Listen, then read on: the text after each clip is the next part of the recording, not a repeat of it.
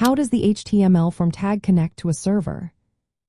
Imagine you are filling out a form on a website, like signing up for a newsletter or submitting feedback. Have you ever wondered how that information travels from your computer to the website server? Well, that process involves the HTML form tag, which acts like a bridge connecting your input to the server.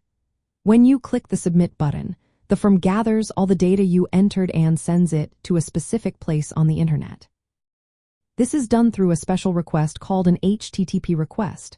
The form tag uses two main attributes to make this happen: action and method. The action attribute tells the browser where to send your data, like a web address or URL. Think of it as the destination for your information. The method attribute decides how your data is sent. The most common ways are GET and POST. With GET, your data gets added to the URL after a question mark. For example, if you type in your name and click Submit, the URL might look like this: example.com/name is equal to John. This method is simple but shows your data in the URL, so it's best for non-sensitive info. POST, on the other hand, sends your data in the body of the request, which is hidden from view. This makes it safer for sensitive info like passwords or personal details. When you click Submit, the browser packages all your input fields, including text boxes, checkboxes, and buttons, into this request. The server then receives this data and processes it. It could save your info, check if your password is correct, or generate a new web page based on what you sent. Inside the form, each input element has a name attribute. This name acts like a label for your data.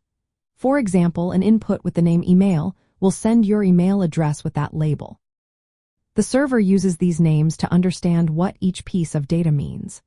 The default data format for most forms is called application/XWWW form Erlang coded, which encodes data as key-value pairs separated by ampersands.